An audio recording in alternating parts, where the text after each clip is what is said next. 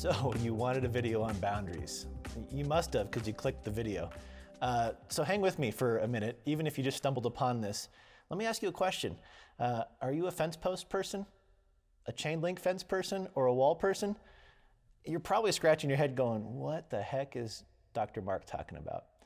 Well, I'm talking about boundaries.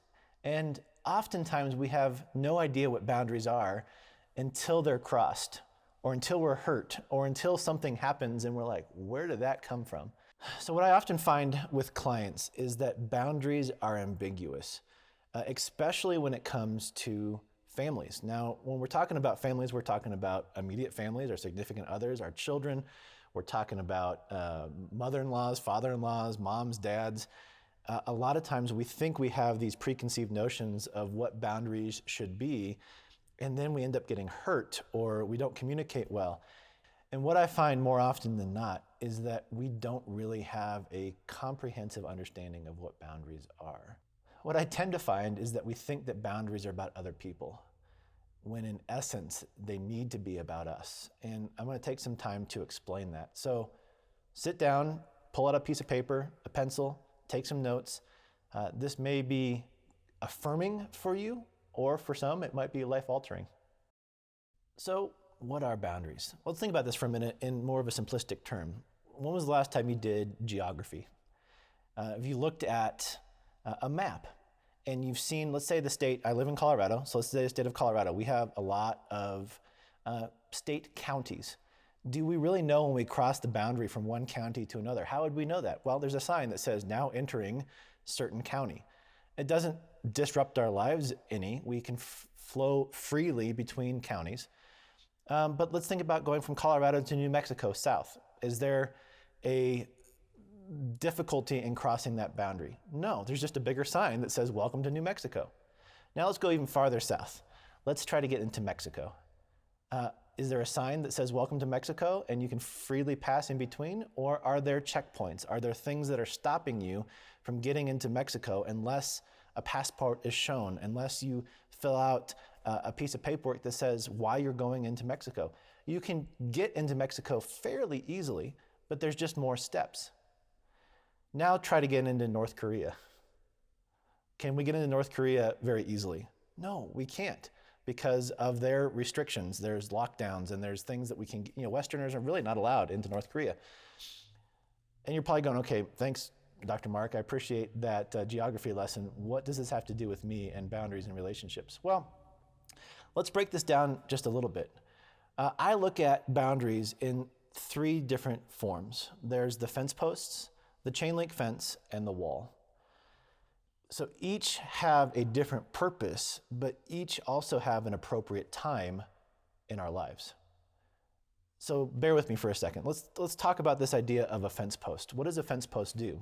It is somewhat similar to that of the county or the state line. It just tells you that there's a line there, but you can enter freely in between each fence post. It just says there's a boundary. Now I'm going from my property to my neighbor's property. But if you have a good relationship with that neighbor, you can walk freely between those fence posts.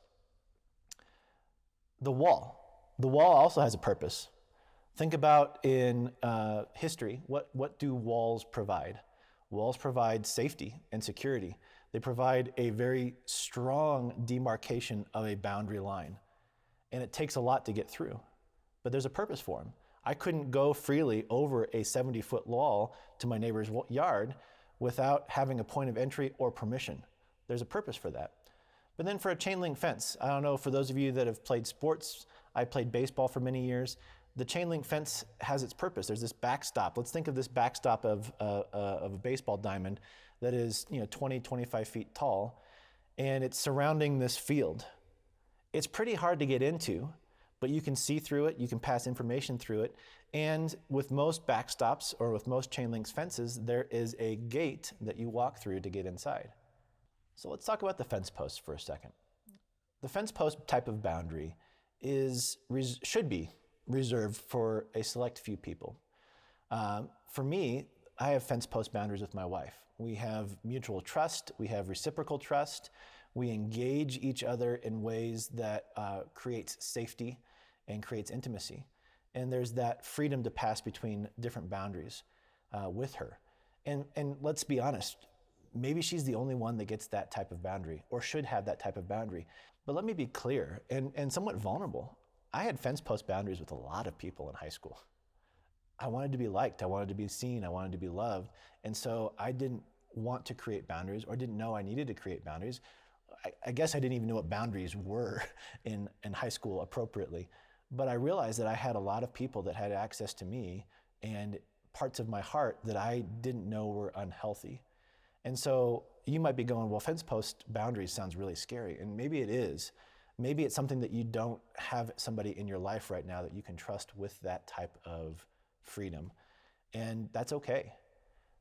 But it should be reserved for a small population. And if it's not, take a step back and take stock of how many people are you allowing to enter your space in that way, in that intimate level, because it can be very dishonoring and create burnout. Let's talk about the wall next. I'm sure you're smiling right now as you're thinking about that, because many of us have walled up or walled off around certain people. Maybe they've hurt us. Maybe they've done things in our lives that don't inspire trust. And we've walled off. I'm sure many people have told you that, well, walling off is probably not healthy. You shouldn't do that. Well, why not? If somebody's hurt you and you're trying to protect yourself, right? You're trying to keep yourself safe around or inside that wall, maybe that is healthy for a time. But if it turns into bitterness, or it turns into unforgiveness, or it turns into, I'm going to wall everybody off, then that's not a healthy boundary. So similar to fence posts, the wall also has a purpose and reserved for certain people. And I'm not telling you that if you've been hurt that you need to take down that wall. So think back 1,000 years ago, we built castles to protect things that are precious. Similarly, you're protecting something that's precious, yourself, your emotions, your mental health.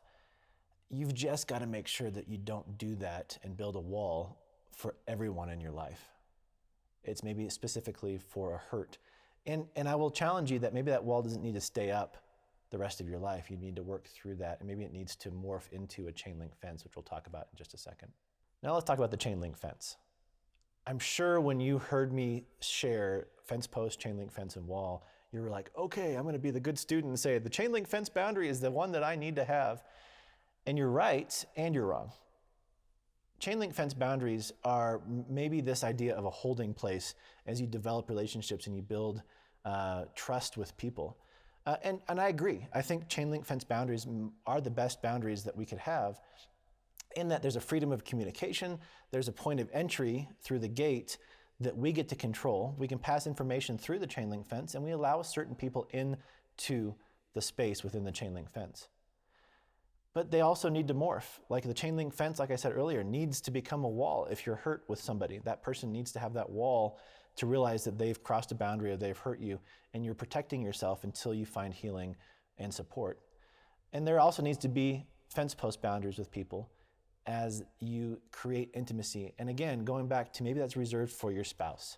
Maybe that's reserved for a parent, but it needs to be governed well. And that's where the chain link fence becomes this model of boundaries that we can then launch from in either direction.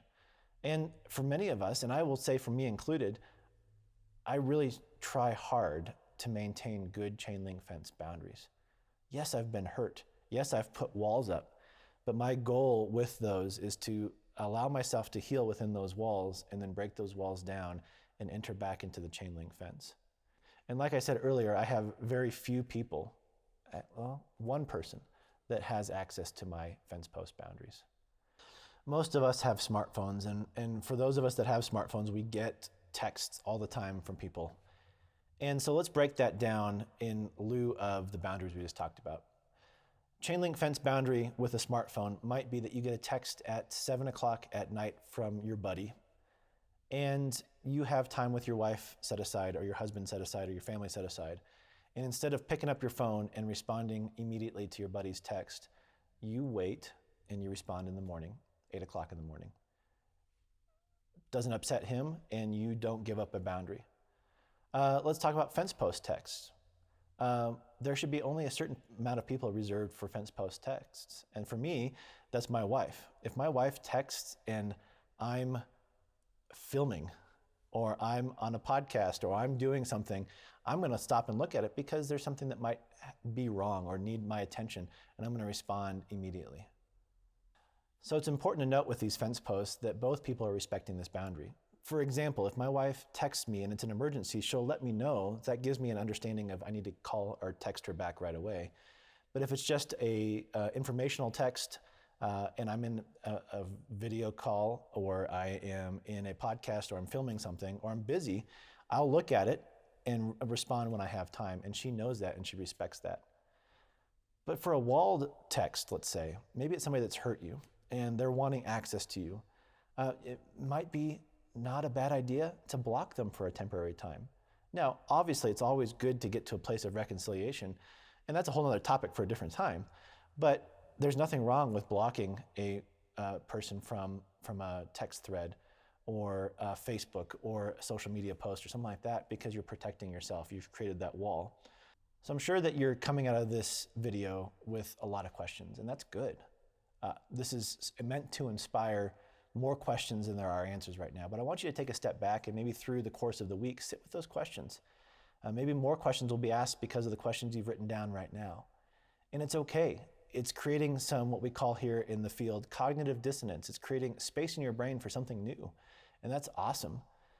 And it might be frustrating, and you might want those questions to be answered.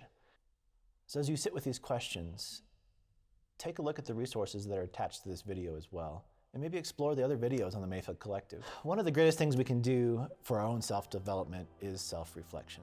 So I encourage you to take a step back and sit with these things. Allow yourself to grow and become a better person.